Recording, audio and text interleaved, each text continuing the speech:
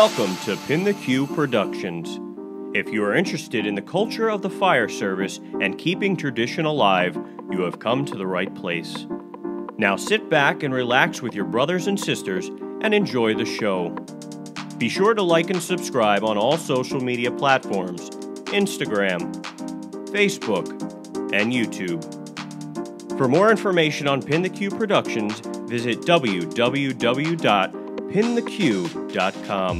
Hey everyone, welcome back to PintheQ Podcast, PintheQ Productions, and we are in, this is going to be a shocker to a lot of people watching the show right now, but we are in Ocean County. I get picked on quite a bit because we seem to be in Ocean County quite a bit, but I mean, this is a seed, so I mean, this is where I'm at. Yeah. But this place is pretty cool because when I graduated the fire academy, we didn't have an academy per se. We didn't have a building yet, so we used to go firehouse to firehouse. This is where I took my state test. Awesome. Many moons ago. The equipment didn't look like this. A little different, but welcome to the show, brother. Thank you. Appreciate that. So episode 55 is a cool one because we're going to talk about something that is cool for the fire service. I like talking to guys and girls that are contributing back to the fire service, trying to do different things, motivation, fitness. Sure. But what you're doing is even cooler, right? Because you're giving back and trying to start something that's not easy. Mm-hmm. All right. So you're taking on quite an endeavor here. But before we get any further, tell everybody who you are. Sure. My name's Adam Risden. Just a quick synopsis on where it all began. It actually began here myself. I was just talking with a couple guys before we even got on mics here, and it started February 2002. I was always that kid that lived around the corner. I'd always hear the fire whistle and be so curious about it, running down the street, trying to catch the fire trucks going down Route 9, see which way they were going. Trying to figure out what was going on, looking every which way for smoke, whatever, right. Just making this big picture in my head. And then through the years, I spent about a year and a half down in South Carolina, and then in July of 2012, I started Wilmington, Delaware. It's cool because it doesn't matter who you are in the fire service. We're all like got the same DNA. It's funny because when we talk, and we're talking about where we're going to have our venue, where we're going to talk, and you know, you mentioned this place. I'm like, that's perfect because that's where you started. Yep, you absolutely. know? So it's cool that you're one of these guys too that don't forget where you started. Absolutely. Don't forget where you came from. No. So it's cool that we're in this house. And shout out to the Ware Town Fire Department, Station 36 in Ocean County, who allowed us to use their venue. No questions asked. I mean, Absolutely. They were all on board. So guys, thank you very much for allowing us to be here. It's always better than the studio. Being in a firehouse, it smells like a firehouse. It is a firehouse. It's studio is cool, but it's not this. Absolutely. You know what I mean? Absolutely. So, brother, you talk about your past, and we talk about Sure. when you were a little kid on this Route 9. Talk to me more about that. Like, tell me how this all started for you. I mean, I literally live right around the corner here. I mean, growing up, so anytime the fire whistle went off, you always get curious about, like, man, what's going on? What's going on? And I always had this little thing in the back of my mind. It's like, oh, one day I'm going to join there. And then obviously after 9/11, like, it really just kind of hit home. I remember exactly where I was, and senior in high school and a home ec class, and saying, like, man, that's something I really wanted to find out some more about. Drove by the firehouse a few times, and then just happened to be on a Tuesday night. I stopped in here on their engineer night, and I was like, how do I join? What's the process to get in here? What's the process to get certified? What do I have to do? What do you guys do? And I knew a lot of the old guys because my family's been around here for a little while, so I kind of fit right in immediately. Put my application in. There was just no questions asked. Yeah. When you first started out, I mean, what was it like for you to you were a junior then? You were 18. I was 17 when I joined. Okay, so were you a junior at that point, your first year? Technically, yes. I joined in February, and then I turned 18 in September, and I went right to fire school. Oh, right to fire school, yeah. Yep, I went up to Monmouth County, so I did the Sunday thing, and did the 13 Sundays in a row, and right. Got certified, and the rest is history. Talk to us a little bit about the fire academy from your experience. What was that like for you? Well, the first fire academy up in Monmouth County, we had the old steel bottles, so the bottles didn't fit right. Oh, yeah. We had the regulator on the head. Oh, yeah. The snuffleupagus hose that came down from your mask. I was that guy that had the old stuff. Yep. Everybody else had all the new MSAs, the new Scotts, and just I was very envious of them, but it was actually a really cool experience to experience the old stuff, too. You're one of the guys that can go back and say you had that Absolutely. When others can't. You know, like I brag quite a bit when I first started my first volunteer company. I used to ride the tail step. I mean, I tell stories about that all the time, and people are like, you rode the tail step. I'm like, Absolutely. Oh, yeah, man, we used to ride the tail step. Tell you, this truck right behind you. I mean, I have plenty of stories of riding the tail step, going up the parkway to a couple different brush fires and just being fools on the back. Yeah, we were lucky. Absolutely. We were definitely lucky. Because now it's all the regulations. I mean, I get it, but man, it's totally different now. Absolutely, 100%. So you went to the fire academy at Monmouth, Yep. graduated, and then, like me, I mean, you're like, oh, I'm ready to go now. Absolutely. I mean, you're a full-time member. You're ready to go. I was ready to go. I was itching for every call. Every time that pager went off, it didn't matter what it was. I was out the door. Do you remember your first experiences on your first couple jobs? Oh yeah, absolutely. One of my first accidents was an accident out on 532. One of my first calls ever was actually a small little brush fire where it was pretty much the whole front yard of a little house over in the other side of town here. And I very distinctly remember a number of them. I mean, they're obviously you never forget your first bad accident, your first fire. Oh, yeah, absolutely. So tell me what happened after that, because you moved on. Mm-hmm. Where did you end up? Through the years, I just started thinking about it. I was actually working in restaurants. I thought I wanted to be a cook for a little while. I was like, man, I started restaurants when I was 13. And So you're good now then in the firehouse, the career house. You're the cook? Are you that guy? on and off. Occasionally, every now and then I got to take out some skills. Yeah. But you don't tell too many people that because then you're relied upon. Well, now they all know. Exactly. So. Now everybody knows that I'm you're really screwed now. But then through the years, I mean, I went to cooking school, and I was like, no, what? This really isn't my passion anymore. I started to really love the fire service. I was coming up here every night I could on drill nights, engineer nights, trying to learn what I could, tried to take a few more classes. And through the years, I just started testing through Virginia, North Carolina, ended up down in Bluffton, South Carolina in 2006. Oh, nice. But then in the beginning of 2008, I ended up actually moving back here and then going through the whole process again. Started reapplying Virginia, Maryland, and now then in July of 2012, I ended up in Wilmington, Delaware. So 2012, you get your job in Wilmington. Correct. I love that we just had this little conversation, because I tell these young firefighters, these young girls and guys, and I tell them all the time, you got to get out of the sandbox. You got to go down south. Absolutely. You got to chase those jobs, because Absolutely. if you're going to sit around here waiting for them to come to you, I got news for you, it's not going to happen. Absolutely. So it's good, man. You're a shining example of that. You got to hustle to get that job. I mean, I remember applying to 7, 8 different departments. I was all over Virginia some years. I was all over Maryland, and Right. you just have to keep going until finally it'll click. Finally land the one that's supposed to be. Now Wilmington, that could be job town. I mean, you guys are going to work there. Yeah, on occasion. I mean, Yeah. obviously, just like every other department, we do have our little dry spells. And then obviously with the rotating shifts, sometimes that one shift always gets all the fires. Oh, and it's yeah. like, oh man, how's Able Platoon always getting the fires? And then it comes back around, and then everybody's like, oh, now C Platoon's getting it.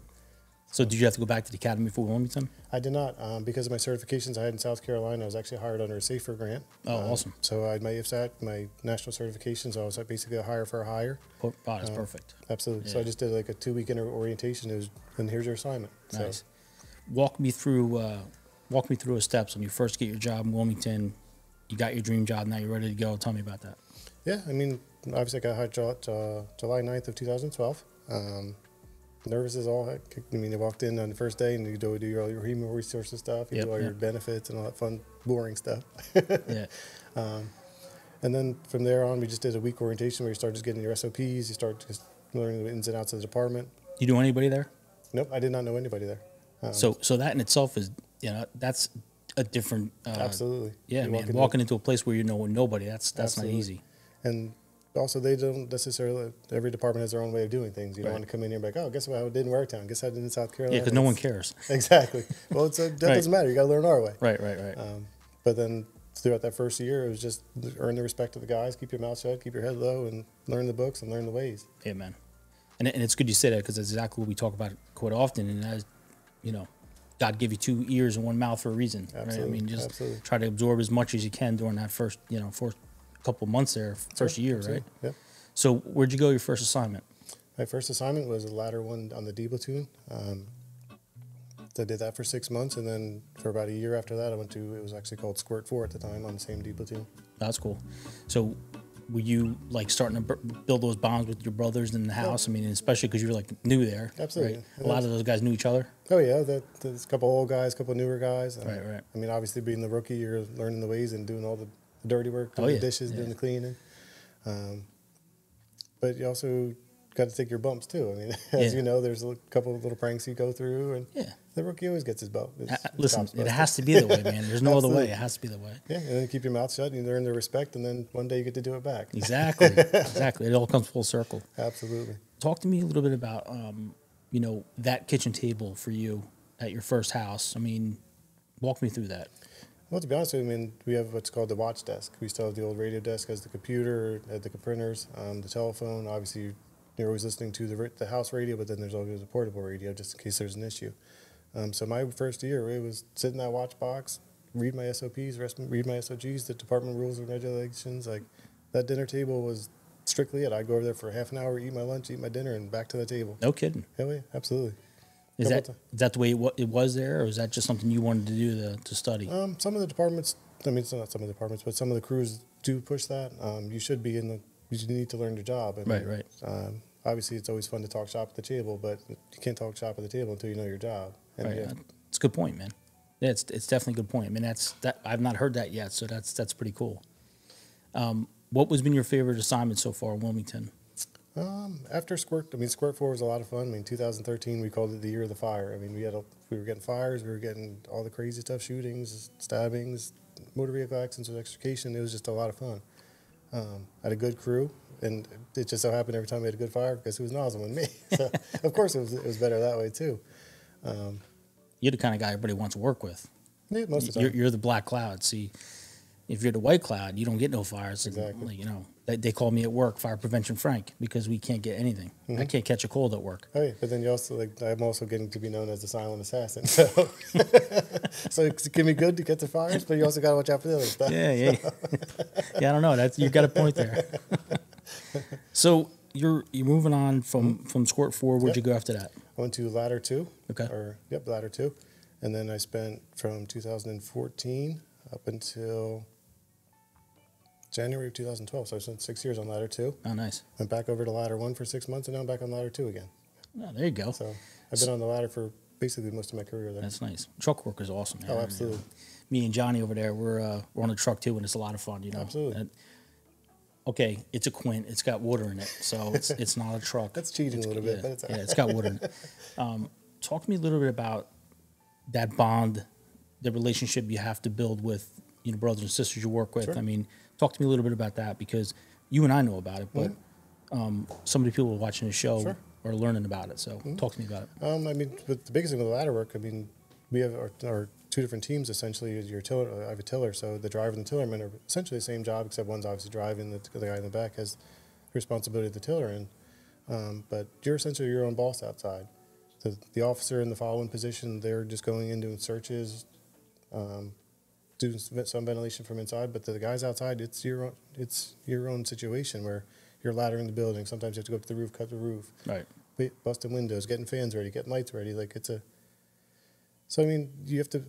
With some of the guys that I worked with, we just built that bond where we literally knew what the next guy was going to do. Like, if I'm driving, he knows where I'm going to go. Yeah, it's like poetry in motion, right? Exactly. Like everybody just knows their assignment. Exactly. Yeah. You don't even have to say a word. You just know the ladder's going up. And I mean, that's one of the benefits of having, those seat assignments. Everybody knows their job before Absolutely. they even get it. And I hear like all the time, well, that wouldn't work in volunteer service, but actually it would work in volunteer service too. Absolutely. I mean, if you don't need to be paid to have a seat assignment. No, absolutely to know exactly what your role is going to be, your job's going to be. And the officer can assign things on the way too. I mean, Absolutely, That's one thing yeah. we used to do here. Every now and then the officer would be like, if we're going to an accident, you're getting the tools, you're getting the pump, you're getting the hoses, and it works out well. Speaking of this place, what does it mean to you to be sitting here today, like talking about your job and your career, looking back? It's crazy. I mean, I haven't been around here too much in the past few years. Just I've gotten busy. Life's gotten busy, and obviously I've started new things, and with Wilmington focusing on that. And but it's neat to come back in here and really think about. I mean, my gear used to be right back here in the row here. This was the all-star row. Like, if you were in this row, like the first two piece was right there. Right. You were running the door. You get your gear. You were on the first two, and you were out. But it's also neat to see the changes too. I mean, this truck was here, but through the years, all the new ones and Right. I actually spent a little time here with Hurricane Sandy, so that's a different brush truck that we had then, and so it's just neat to see the changes, even the guys too. I mean, it's neat to see how they've progressed too. What's cool about the fire service, and I know I sound like a broken record, but the fact that you make a phone call, hey, I got this podcast I'm going to go on or whatever, can I use the firehouse? Yep. There's like not even hesitation. Oh, yeah, so absolutely. that's what's so cool about the firehouse, and what it tells me too is that you're still part of the family. Oh, absolutely. You know what I mean? Yep. Even when I walked up, I mean, I shook the guy's hand. He's like, "Oh man, what's going on? I haven't seen you in a while." And it was like we didn't even start miss right a over. day. Absolutely. Yeah, it's definitely cool, man. And this is a good house, good guys, man. It's a good department. Mm-hmm. It's interesting to be able to go to different firehouses and check out what they have, but it's even better when you go home. In your case. Absolutely. So, listen, the reason I brought you on the show, man, is because you're doing something pretty special in the fire service. And when I saw it, I wanted to know more about it. And just so everybody knows, you didn't reach out to me. I reached out to you because I want to know more about what you're doing. Sure. And Project Lakeview. And why don't you talk to me a little bit about that? And how did it even start for you? Sure. Essentially, September 24th, 2016, in Wilmington, Delaware, we had a fire which ultimately ended up claiming 3 firefighters, Artist Hope, Cherry Fickus, and Christopher Leach. And then obviously after those days, you have the memorial services and start to do fundraisers, and everybody wants to raise money, raise money. So one day I thought about it, I was like, what if I could do something different? What if I could do something where I could fulfill a dream? What if there's something I could do that could honor that person in a totally different way and just remember them for something that they were passionate about? A couple guys that I work with in Delaware, one day they were asking about it, and one of them said, I don't really have a dream. I said, well, what's something you're passionate about? So he mentions the Raiders. He said, the football team is the Raiders. I said, well, if something happened to you, I said, what if I went to your family? And I said, I could do anything. Like, we're going to go out to see a football game. We're going to go backstage passes. We're going to go and see everything Raiders. And he looked at me and goes, that's pretty cool. He's like, that's one way to honor me. He's like, just finding something I'm passionate about. Or, for example, another family that I've talked to, or just some other people I've talked to, I'm like, what if you have a dream vacation? You work all these hours, you're away from your family, and then everybody always talks about, hey, I want to go to Australia. Something happens to that member, unfortunately, and what if I can reach out to that family and say, hey, look, I know so-and-so was passionate about wanting to go to Australia. What if I do that for you? Adam, why are you doing this? It's my way of giving back to the fire service. I mean, the fire service has given me so many experiences. I mean, obviously you take the good with the bad, but it's just something that's become such a drive to me. I mean, money's not everything. And unfortunately, between police, fire, and EMS, so many people pass away every year. I mean, all the LODDs, and you don't really even think about it until it hits home. Yeah, not to mention the suicides. Absolutely, yeah, absolutely. It's something I've talked about with my board members too. It's one day if we could do something with suicides. I mean, technically, a suicide is almost like an LODD. I mean, Absolutely, it's a cause of the job. Absolutely, right. It is, and it affects so many families. Think about it. I mean, one day I'm sitting, I'm like, everybody's always just talking about how much money can we raise, how much money can we raise. Money's not everything. And I want to just piggyback off what you said when you talk about, money.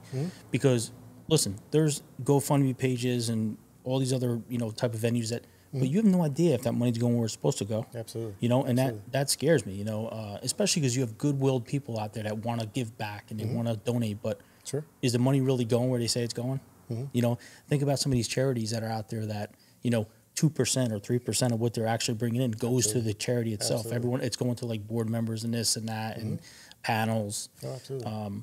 So yeah, I think it's awesome that you're doing this, and obviously it's not an easy endeavor. No, I mean, it took me from when I actually got the courage to start it, reach out to some lawyers and actually get the legal process started. It took me about a year to get it done. Right. I mean, just going through making sure all the I's are dotted and the T's are crossed, and obviously along with that came some expenditures too. I mean, nobody's paid anything except for me. Right. Everything's come out of my pocket, and Everything's a startup, bro. Absolutely, And absolutely, people don't realize. I mean, even though it's a charity and you're trying to give back, it absolutely takes money to start up. Absolutely. Everything: T-shirts, decals, forms, lawyers, all that stuff, right? And but just the fulfillment that I've gotten just out of just doing little projects. I mean, just getting the T-shirts made and wearing the T-shirt with pride, and Right. I've sent numerous letters and flyers out to fire departments and police departments up and down the East Coast, and just sitting there spending hours doing that, like just getting that fulfillment of one day I'm going to fulfill a dream. Right. One day I'm going to honor somebody with something so incredible. It's going to be more memorable than that check they'd be handed. So if a firefighter passes away on a job, what do you do? Ultimately, right now we're still in the process of just trying to raise money to be able to do things. Right. But my ultimate dream is to one day to be able to call up that family and say, hey, I'm sorry to hear about your loss. What's something that you guys have talked about numerous times? What's something that he or she may have been passionate about? And then just let them tell me essentially what they want done. If they say they were dreaming about this vacation or they were dreaming about this or that, and it's like, all right, well, I'm going to do that, but I'm going to take it to the next level and make it to the max. So, brother, what are you looking for from our brothers and sisters out there who want to help you, help the cause? It's such an honorable thing what you're doing, bro. I appreciate what you're doing. Thank you. And I'm sure all these families appreciate what you're doing as well. How can they help? I mean, ultimately, right now, I mean, we have our website set up to where we can take donations, which I take no money out of the donations. All of our donations are going strictly to our cause. Right. What's the website? It is projectlakeview.org. Okay. But then it also just spreading the word. Right. That is the hardest part too. I mean, obviously there's social media and things like that, but I can't do it all on my own. I can only do so much. I mean, I appreciate you bring me on here and let me talk about it too. Absolutely. I mean, that's what this is about. Absolutely. Yeah. And then, I mean, just helping spread the word. And then, I mean, in time, we do need to raise money too in order to promote our cause. So. Right. To actually do what you want to do. I mean, Exactly. you're obviously going to take money. That's just the reality of it. Mm-hmm. Who's been helping you along the way? I have a couple board members, and obviously just a number of friends. My board members have kind of just been my decision makers. I've processed through the legal process, and then right now we're just starting to try to plan some events, obviously with different limitations and things like that going on with COVID. And Yeah, that definitely set you back, right? I mean, because you Absolutely. can't have fundraisers or anything with this going on. Yeah. so I mean, we're just trying to get creative with some of our fundraisers now. We're trying Right. to plan a couple big events coming up soon, and hopefully we can start to make some announcements on that once we actually set some dates in stone. And What do some of the bros at work think about what you're doing? I mean, it hits home to them as well. Like, I mean, Project Lakeview, the name itself comes from Lakeview Road where the fire was. Okay. That makes sense. It's awesome. So I mean, there's a story to the name. So I mean, a lot of them have really gotten behind it. Some of them have really helped out with a lot of things. A couple of the guys that were injured in the fire have reached out to, and they want to actually help out with a lot of things that have actually retired in Oh, that's the past awesome, few man. months. Yeah, that's cool. So I mean, once we get to a certain point to where we can actually do some more things, there's going to be a lot of moving parts, a lot of more people that can get involved with it. Yeah. But I mean, even just to go back to another thing that I wanted to do is part of our mission statement is to build a community of support.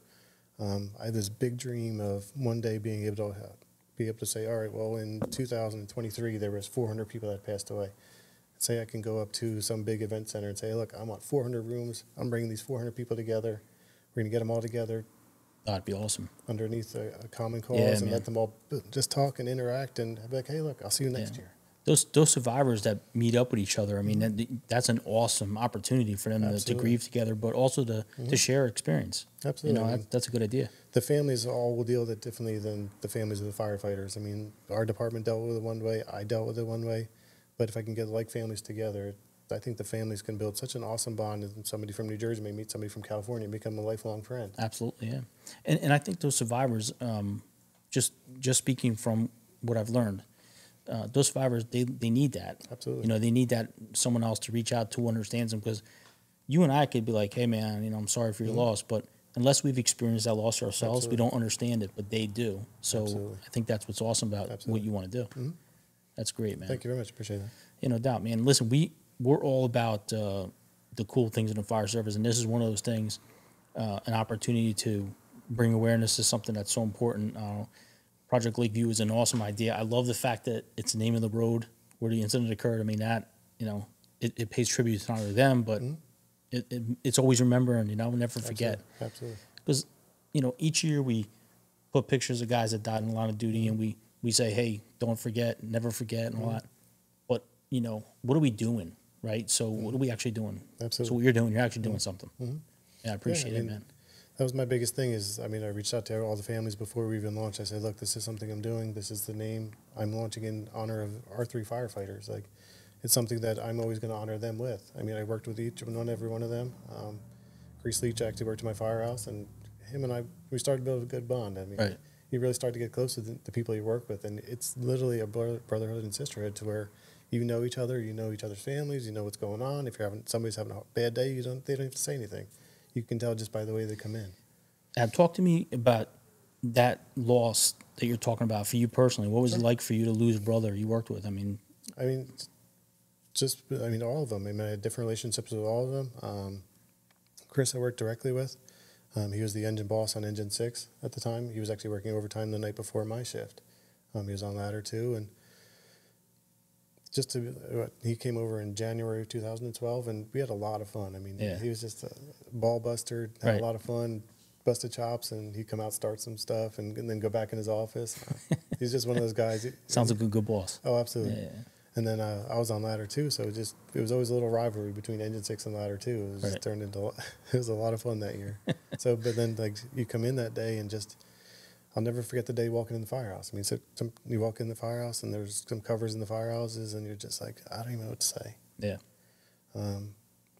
We obviously knew what had happened, but just seeing the faces of the people that just sitting on the front bumpers as you're walking in, it's like there's no emotion. It's just like, holy crap, like what just happened? Like, now what? And then that day we actually spent probably almost 11, 12 hours on the scene. Oh, wow. Yeah, I mean, my crew, we were over there just helping with slow recoveries of different parts of different things, and it's like you said before. I mean, you can always hear about a loss in another department. You go there, you pay respects. I'm sorry, brother. I'm sorry for your loss. Like, you know, there's anything I can do. But once it hits your department, it's surreal. I mean, and that's why I'm asking you, because not everyone, thankfully, not everyone has had that experience where it hit home so close to home where it's actually there. Absolutely. You know, so it's tough, man. Oh yeah, and I mean, you live with it every day. I mean, and you can't prepare for that. Oh, absolutely not. Yeah, absolutely not. Right. And you live with it every day. I mean, you walk into the firehouse now every day. I mean, you see Chris's face, and we have a little memorial set up in the firehouse. And I always try to take that little extra second, like, man, Chris, I miss you, man. Like, yeah, it's awesome.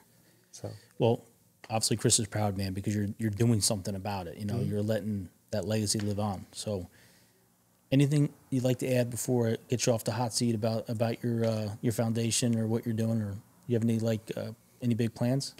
No, I mean, right now we're just trying to grow. I mean, that's our biggest thing, is just getting the name out there. And I mean, I have this ultimate dream to one day where it's going to be a name that's going to be known in the fire service. Like, awesome. Hey, look, have you heard about Project Lakeview? I'm like, oh man, I've heard about that. They're doing some cool things. They've done this, they've done that. Like, I want to be that guy that's like started this thing that's just so incredible that it's not necessarily known around like a household name, but just in every firehouse across the country. Like, one day it will be there. It's awesome, man. Well, listen, I appreciate you coming on the show. Absolutely. Thank you so much. Dude, it was awesome for you to be here. It was cool to learn about Wilmington. It was cool to be in the firehouse where you started. And again, ladies and gentlemen, do yourself a favor. Check out Project Lakeview. We're going to put the link on there as well, and the website, so everybody knows where to go to. I know it's tough right now with everything going on, but if you got some money and you're able to donate, this is where you want to donate to, because you know ultimately where it's going to go is where they say it's going to go. And I can't thank you enough for coming on the show, brother. Thank you, Frank. Thanks so much, man. Thank you. All right, folks, there you go. PintheQ Productions, episode 55. Adam Risden, coming right back at you.